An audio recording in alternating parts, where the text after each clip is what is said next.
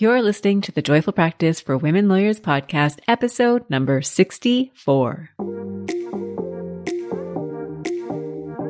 Welcome to the Joyful Practice for Women Lawyers podcast. I'm your host, Paula Price, lawyer turned certified executive coach. This podcast was created to empower women lawyers just like you to create a life and practice you love. Join me every week for a break from the hustle so we can focus on you, what you truly want, and how you can create it. If you're over the overwhelm, done with putting out fires, and ready to redefine success on your own terms, you're in the right place. Ready for today's episode? Let's dive in. Hello, my friend. Welcome back to the podcast. Paula here. I hope you are having a fabulous week wherever you are, whenever this happens to reach you. For me, it is summertime in Vancouver. I am in a very quiet house right now. My husband has been operating somewhat of an ad hoc summer camp for our kids and for their cousins who are visiting from out of town. And I've been taking advantage of our house being empty to catch up on work and get ahead of a few things and plan out some projects.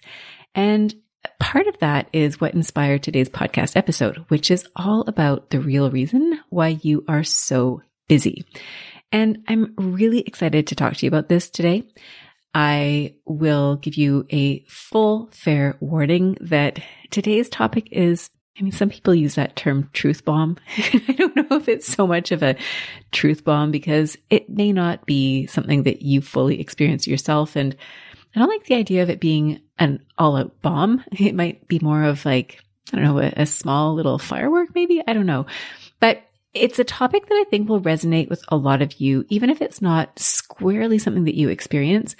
I think we want to take a closer look at being busy and maybe some of the reasons behind that for you. And I'm going to share some stories as we go through today's episode because it's something that I can absolutely relate to. So I'm going to share a little bit of what's happening for me. And I would invite you to think about how this shows up in your law practice. For sure, it showed up in my law practice. It continues to show up in my practice. And I want to really put this topic on the table so that we can examine it and do something about it. So we're going to be talking today about busyness. We're going to talk about what it means or why we are all so busy and how, in some cases, we are truly hooked on the idea of being busy. So busy, it's one of those things that I think we all throw around.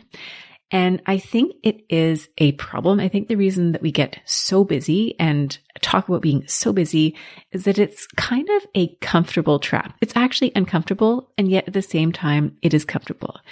When we talk about being busy, whether it's our professional work or something that's going on in our personal life, I think it's almost like a badge of honor, right? Oh, I'm so busy, right? What does that mean? It means you're in demand. It means you've got stuff going on.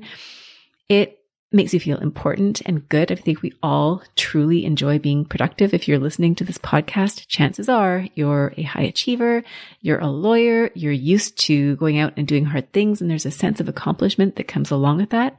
So busy might just be part of who you are, who you identify as. You're a woman who is on the go, who has lots of balls in the air, and that's part of how you see yourself. And within a legal culture, among certain environments in particular, you may be in a culture that really supports being busy, whether it's because of the billable hour that is attached to your time, or if it's because the culture of the office is that you're a bunch of go-getters and you like to be out there and active. Your culture might really reinforce and support the idea of busy as being a good thing. And one of the kind of slippery things that I have found when it comes to being busy is that it also gives you this built-in excuse. And in a sense, this is kind of what I'm getting at with that real reason, almost that dark side of being busy. When you are busy, it gives you an explanation for not doing certain things. It allows you in a very socially acceptable way to avoid things that are really uncomfortable. So maybe it's work that you really don't want to do. I know I used to have files that sometimes would be referred to as the dog files, the ones that you kind of inherit from somebody who's left the office, and it goes into the back of a cupboard somewhere. And every once in a while you might think about it, but nobody's really pressuring you to do anything about it. Maybe it doesn't have any deadlines attached to it ever. And so instead of just tackling that project and getting it over with, it sits there, it lingers, you think about it, you do the work 500 times in your head before you actually do it in real life. So when you're busy, there's this built-in excuse to avoid the dog files. It may be that you're so busy that it gives you an excuse when your work turns up less than perfect. And this is a shout out to all the perfectionists out there. I'm one of you. Sometimes it may feel like your work needs to be perfect, like better than perfect. And when you're really, really busy and you have no choice but to just do something, it almost gives you that excuse to not do everything perfectly. So if somebody were to come back and say, well, this brief that you drafted wasn't really your best work, you could turn around and say, I know, but I've had these 5 other things. I had an application I had to get to, and you can kind of list out your laundry list of all the things that you've been working on. And it kind of gives you an excuse for why your work isn't exactly up to the standard that you wish it were. When you are busy, it allows you an excuse to put off big decisions. So I see this a lot with lawyers who come to me who have been putting off big decisions for some time. Sometimes they are in the process of putting off a big decision. They might come to me and say, Paula, I've been doing this particular job for years now. I know it's not for me. I know I need to find a way out, but I'm just so busy. Or what I love are lawyers who come to me and they're so busy that they can't fit in time with me. And I get it. I totally, totally get it. But I also would offer that if you're in a situation where you cannot free up an hour every so often to work on you, to work on what is important to you, then there's something going on there that is much bigger than just being busy, that it's time to really create and carve out that time for yourself. When you're busy, you get to cancel things that you don't really want to do. So if you committed to a lunch date or a dinner or visiting somebody or a project that maybe is not something that you really wanted to do, but you said yes because you didn't want to say no, well, now you've got a built-in excuse as to why you don't need to be there or why you cannot be there. You don't have to take responsibility. You don't have to own that you don't want to do it. You get to say, you know what, I'd love to, but I am just so busy. I can't do it. It also gives you an excuse not to kind of deal with some of those problems that maybe keep you up at night. And I know for myself, the one thing that is on my to-do list, well, one of a few things on my to-do list right now is booking some medical appointments. Nothing urgent. But at the same time, I've noticed that these appointments have been on my to-do list for a while now, right? And there's nothing really stopping me from doing it except that I'm busy. So you might ask yourself, what is it on your to-do list? What are those items that you write down week after week after week and you never really get around to them? And they're not urgent until they become urgent. And so what I'm offering today is that behind this sort of persona of busy or this life where you're busy is that there are these little excuses. There are these tiny little benefits that keep you trapped in this sense of busy, because even though it is uncomfortable to be busy in the way that you're busy, it is more comfortable than having to deal with some of these things. Now, the advantage, of course, in a law practice, for example, is that you may also be able to say, I'm busy and it's for the greater good, which further reinforces that idea of being busy and being productive. Now, I know that you are all very intelligent and capable women, and you may or may not be actively trying to solve the problem of being busy. But what I have experienced, what I've seen with clients is that you don't really try all that hard to stop being busy. What I usually see happening, and this is not shaming or finger wagging because I fall into this trap myself, is that you might complain a little bit about being really busy. You might set a boundary or two and start being a little bit more proactive about not being busy. But that sometimes slips, and then you find yourself saying yes. You keep being busy, And then you get into that trap where you keep getting rewarded for being busy. So maybe there's that immediate gratification, that dopamine hit when you execute on all your tasks. You're super busy. You have a really productive day. It's just bam, bam, bam, bam. Point after point on your to-do list gets crossed off. You get to feel good about that. Maybe you get accolades from the people that you work with. They're really excited because you're so productive. You know, if you want to get something done, you hand it to the busiest person you know. And so you are a magnet for all the things that everybody wants to get done. And you're known for that. Maybe you're getting compensated directly for the amount of busyness that you're doing. Maybe your billable hours are exceedingly high and you're recognized as a valuable contributing member of your organization.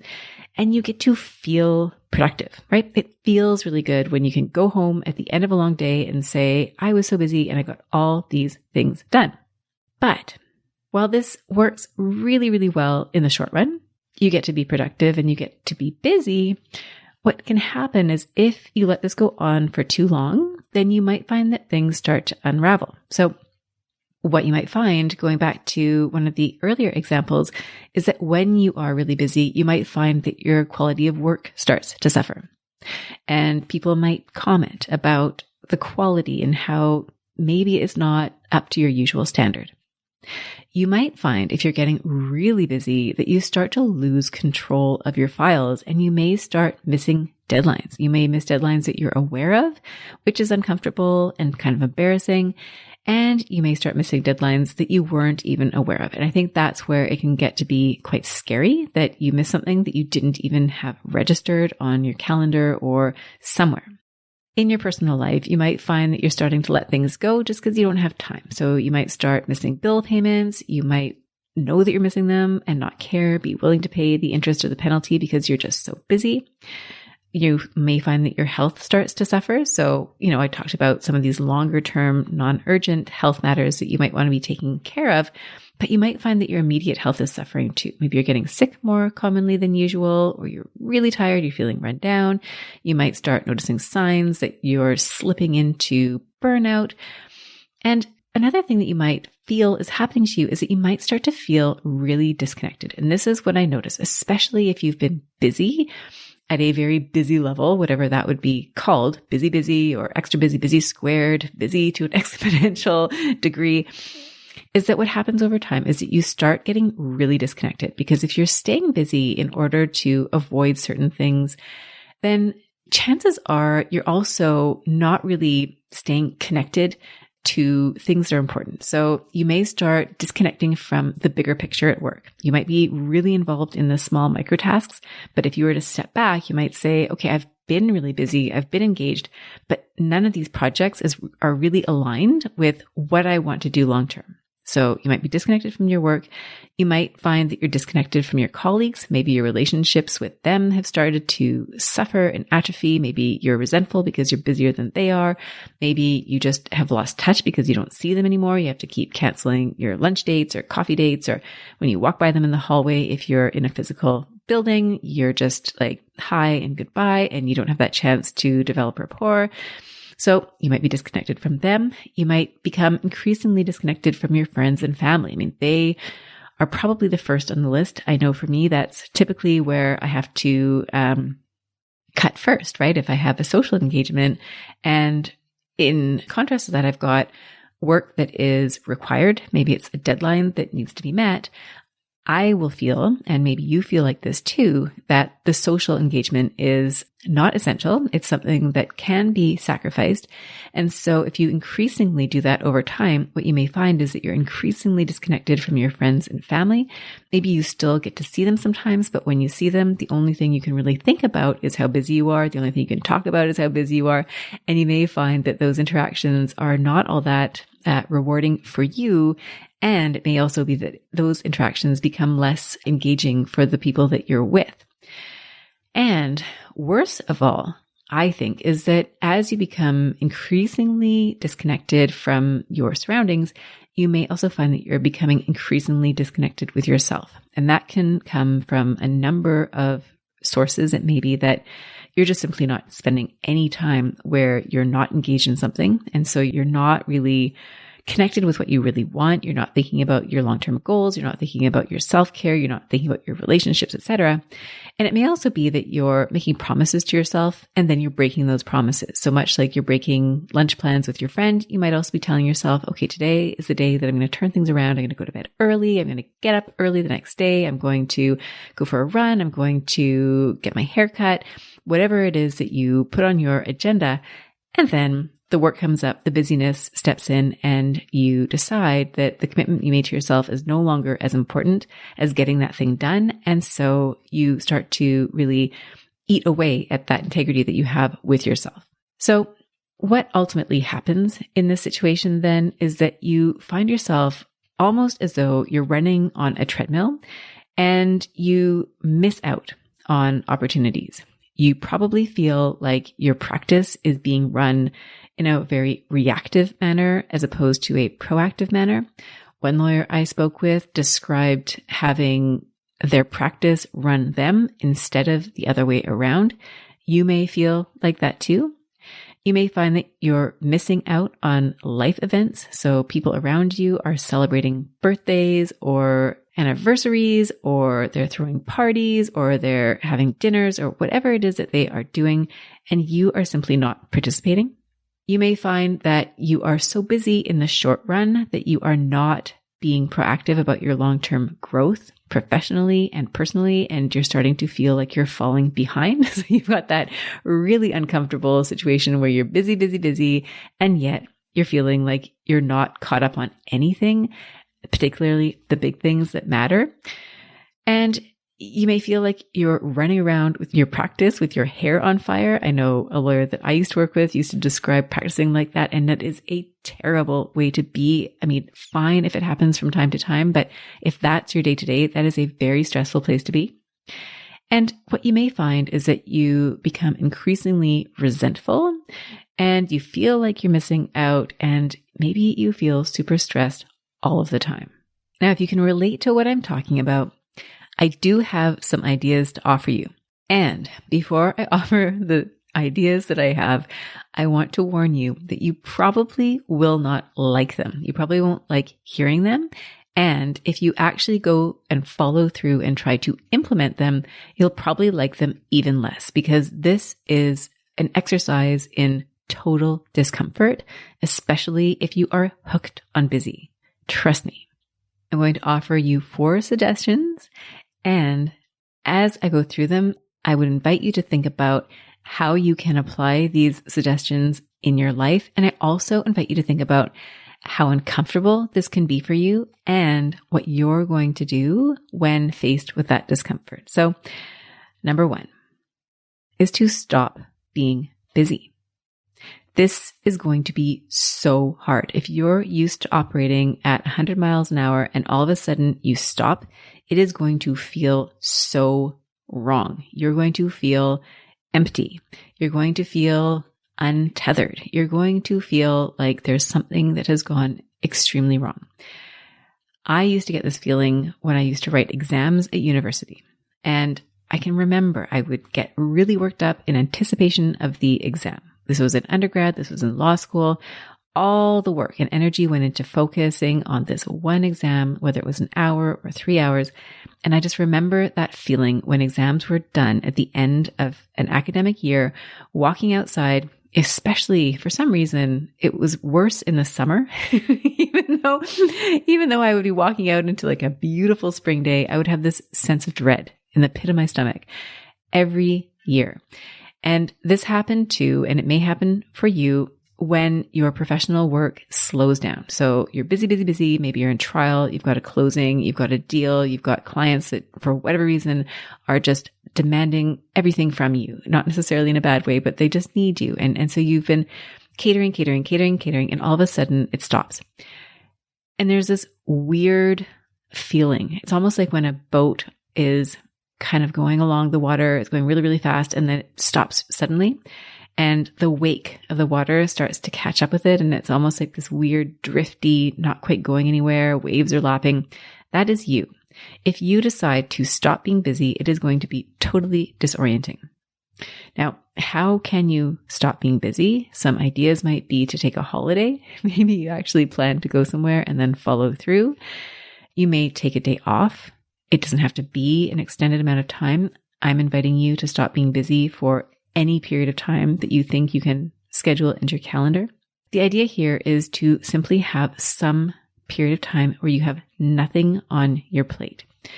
It is even better if you can put your phone aside and create a window where there are no external influences, where you don't have any little dopamine hits that are waiting for you, emails to respond to, text messages to respond to. If you can just remove yourself from all of those things and be still, it is going to be so uncomfortable. And that is exactly where I want you to be for this. Now, this happened to me yesterday, actually, which is probably why I'm so keen to be recording this podcast in advance. And full disclosure, I'm recording this podcast in advance in part because this is a secret, I'm avoiding something, which I'm going to tell you exactly what I'm avoiding. Yesterday, again, as I mentioned, my husband has been out with the kids quite a bit and I've been catching up on work. And yesterday I had time to actually go into some of the admin things that I typically don't have time for during my work week. I work a busy week. I have the kids on either end, like bookends, I guess, Monday to Friday. I try not to work too much on the weekends. And so there are certain tasks that I never really get to because I'm busy. That is my badge of honor. I get to avoid these things on purpose because I actually don't have time for them. So yesterday I made the time for them. And I sat still and I looked into some of the back end things that are going on at a sort of at an admin level. I won't bore you with the details except to tell you that as I looked at these things, I started to get increasingly uncomfortable. I went from being in this jolly, happy, productive feeling mood to just complete almost shame and a sense of disorganization. I just looked at it and I thought, Paula, how on earth did you let things get to this point? Now, I wrote everything down. And this is actually what I'm going to suggest to you too. I wrote down all the things that I was thinking, all the terrible things I was telling myself. And then I decided I just couldn't take it anymore. And I left. I went and I joined the makeshift summer camp and spent the day far away from my home office. And that I think was probably the best thing for me in that situation. But what I really appreciated and why I'm sharing this with you is that in the stillness, when all the urgency was gone, this was a Sunday, so nobody was really emailing me. There wasn't much going on in my professional work that I could latch on to and busy myself with, is that I realized that there are some things here that I really need to take care of. To take care of myself, to take care of my business. And so when you do this, you are going to feel potentially really uncomfortable, right? If you're taking that time off and all of a sudden you're going to have this open space and you're going to start to have to come face to face with some things that maybe you were avoiding. So that is step number one, is to stop being busy.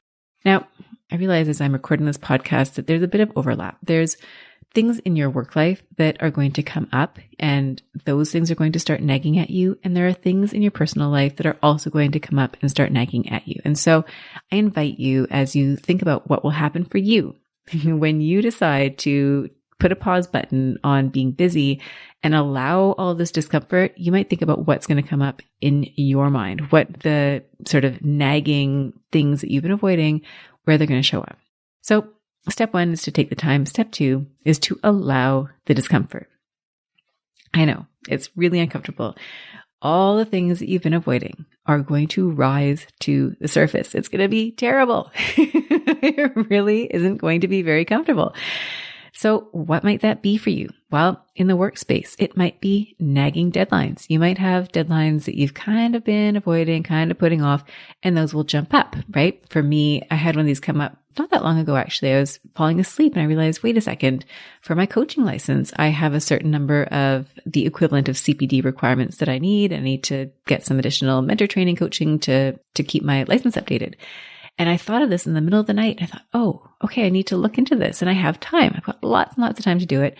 But that's one of the things that came up for me. And maybe something like that would come up for you. Maybe there are CPD credits that you need for your license. Maybe there are deadlines on files that you've been kind of aware of, but kind of also avoiding. Another nagging thing that might come up for you are conversations that you do not want to have. Maybe it's a conversation with a colleague. Maybe it's a conversation with somebody that you work for. Maybe it's a client. Maybe it's something within your organization. Maybe you want to try to set a boundary with somebody. Maybe you have been asked to work on a project and you've decided that you're going to say no and you don't feel comfortable doing that. So there may be conversations out there in your professional world that you are simply avoiding. And when you're not able to throw yourself into your work, and you've got time to deal with these things, that's when it's going to come to the surface and it's going to feel really uncomfortable. Now, it may also be that you've got conversations like that exist in your personal life. There may be conversations that you've been avoiding, people that you've been avoiding because you've been able to, you can justify it. I would invite you to think about what those conversations might look like. And is this a time to start thinking about when to have those conversations? Other things that may feel uncomfortable. I talked earlier about dog files. Those were always my Achilles tendon when I was practicing law.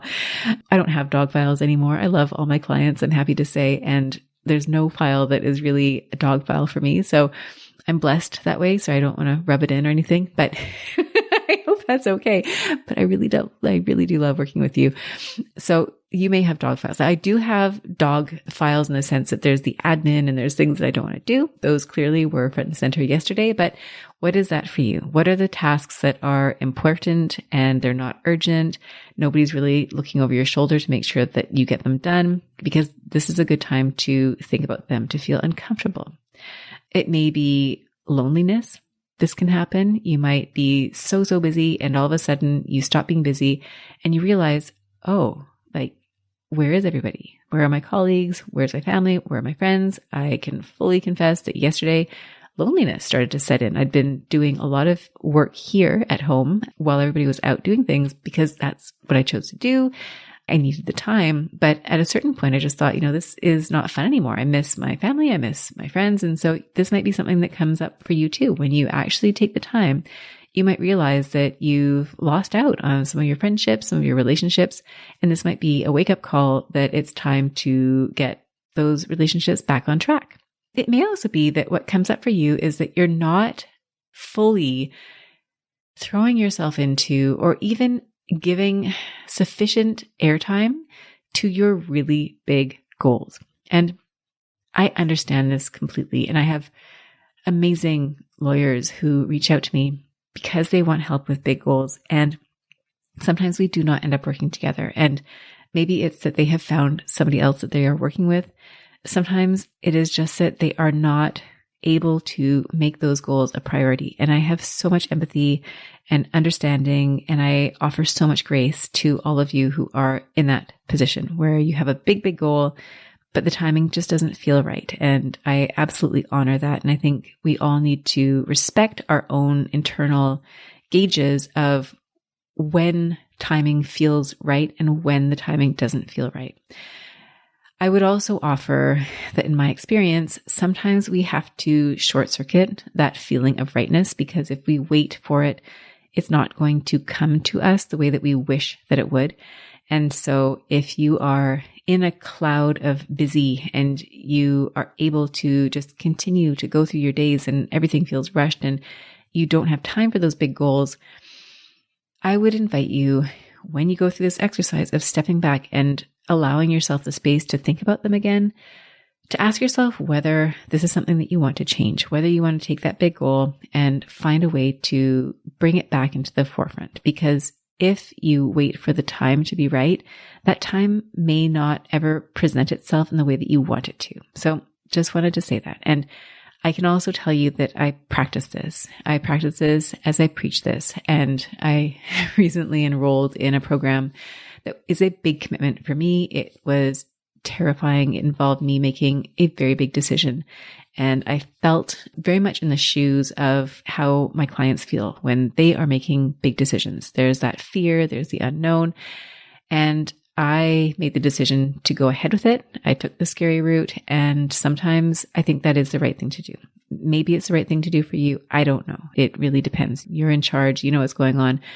But my invitation here is to think about whether and how you want to move that up the priority ladder so that it doesn't get lost in the shuffle when you go back to being busy. So that was step 2, is to allow the discomfort and to kind of feel that. And I gave you a list of examples of a number of different ways that discomfort might show up for you. All the things that you've been avoiding that have risen to the surface. Now, once you have identified what it is that is bringing up the discomfort for you, I would invite you to write these things down. Like, what is it? Like, what are all the things? And this is exactly what I did yesterday when the wave of discomfort washed over me, when I was really, quite honestly, I was a little bit upset. I wrote it all down, and I would invite you to do the same. What are the things that come up for you? And then I would like you to identify all the uncomfortable thoughts that underlie the feeling of discomfort. And so what are some of the thoughts that might come up for you? You may feel like you're not on track. Maybe you've got that big goal that comes up for you and you're thinking, you know what, this is important to me and I've done very little to move it forward. And so I'm not on track. I'm not where I want to be.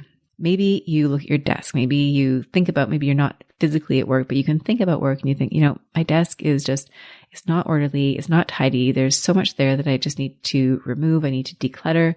It may be that you're at a point in your practice where you're starting to narrow your focus. So, when you first start out, maybe you're taking everything from everybody and you've got a practice that looks very mixed. And maybe now you're more interested in developing more of a niche practice area. And so you may be wanting to refine what it is that you're doing. And so you might want to start to declutter your desk by giving away files or wrapping up and not taking on new files in a certain subject matter.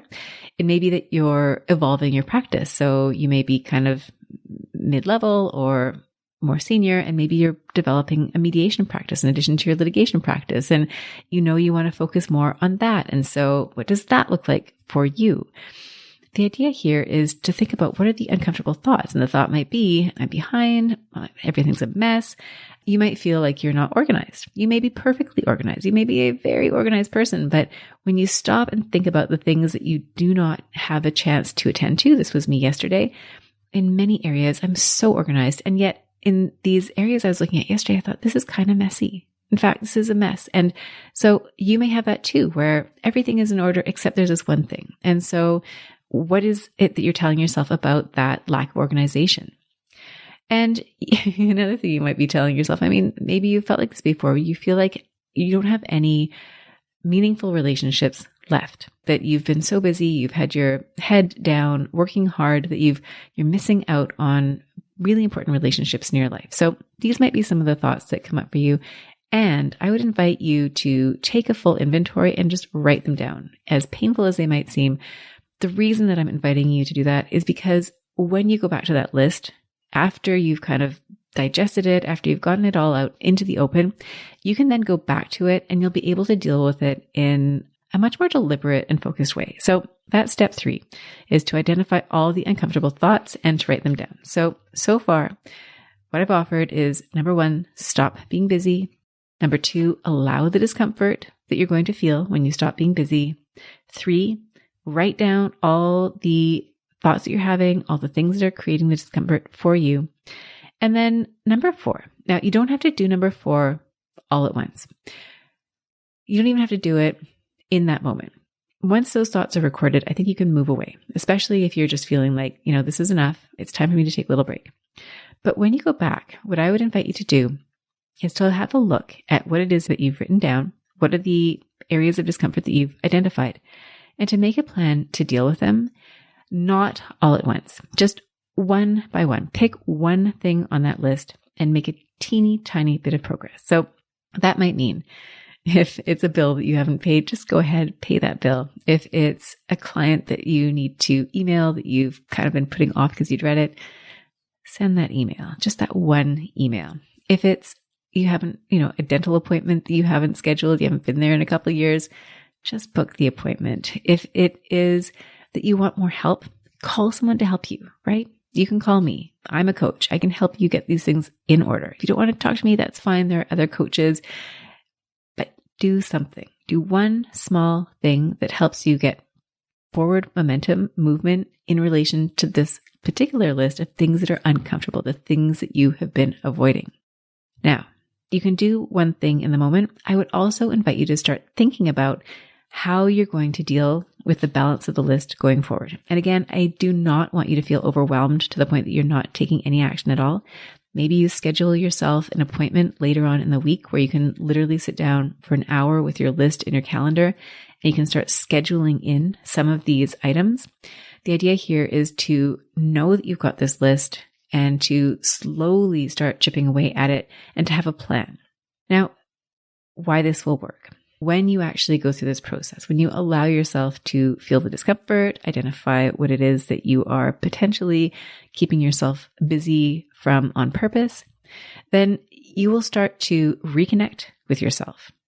You're onto yourself. You're now seeing, okay, there was something there that I have been avoiding, and now I'm not avoiding it anymore. You will slowly but surely start to regain a handle on things. And what you'll find is that your practice, your life will shift from that reactive, busy state to a more proactive state. As you gain awareness of how you may be using your busyness to avoid things, you may become more discerning and able to spot when you're avoiding something on purpose. What else will happen is you will no longer need to rely so much on your busyness to back you up when you want to say no to something. And you may also find that you're tying your busyness less and less to your sense of value.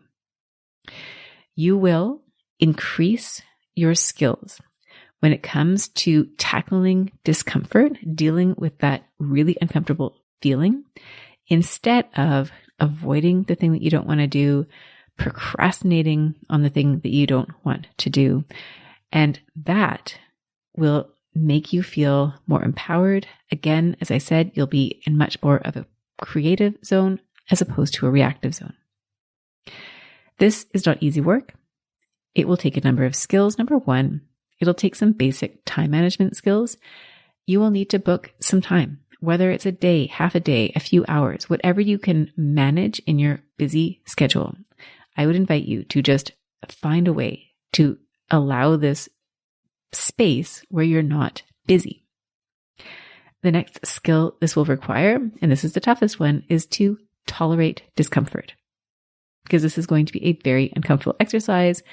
The busier you are, the more uncomfortable this is going to feel. You're going to be like, why am I not doing anything when I have so many things to do? And that is exactly the point. It is also going to require a willingness on your part to examine what's on your mind. So when that feeling comes up, why am I doing this? This is stupid. I have so much to do. And yet here I am doing nothing.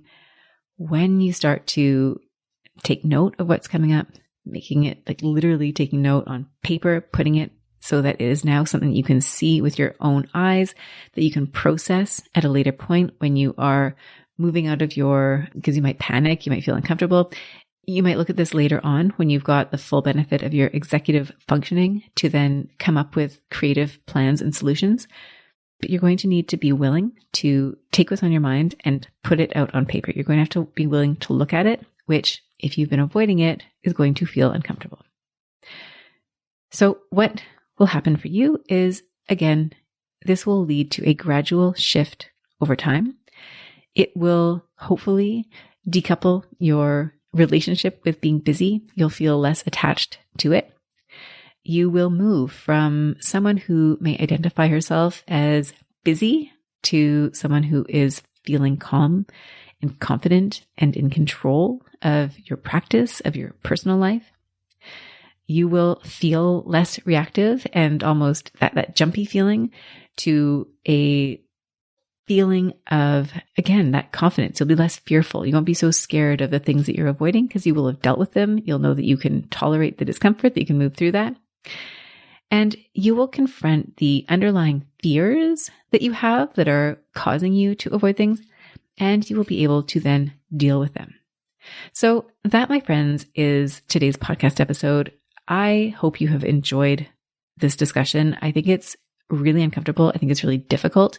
But when you can open yourself up to this concept, this idea of sitting with the discomfort of not being busy, there is so much for you to gain there. Again, just to review the 4 suggestions that I have. Number 1, stop being busy. Number 2, allow the discomfort. Number 3, identify all the thoughts you're having, all the items that come up for you. Write them down on a piece of paper so you can deal with them. And then make a plan to deal with them, not all at once, and start taking some positive action. So it has been a pleasure. Thank you so much for joining me this week. I'm very excited to reconnect with you again soon. And for all of you who are listening, I just wanted to say a big thank you. I very much appreciate your support. If you would like to leave me a review and a rating, that would be excellent because it helps other people just like you find this podcast. And I would just really love that. So thank you again. Have a great week and we'll reconnect soon. Bye for now. If you enjoyed today's show and don't want to miss an episode, subscribe and follow the show wherever you listen to your podcasts. If you haven't already, please leave a rating and review. Your feedback will help me create a podcast that's tailored to your needs and goes straight to the heart of what matters to you. For instructions on how to subscribe, rate, and review the podcast, visit www.thejoyfulpractice.com/podcast launch. See you next time. Thank you for listening to this episode of the Joyful Practice for Women Lawyers podcast. If you want more information, visit www.thejoyfulpractice.com. See you next week.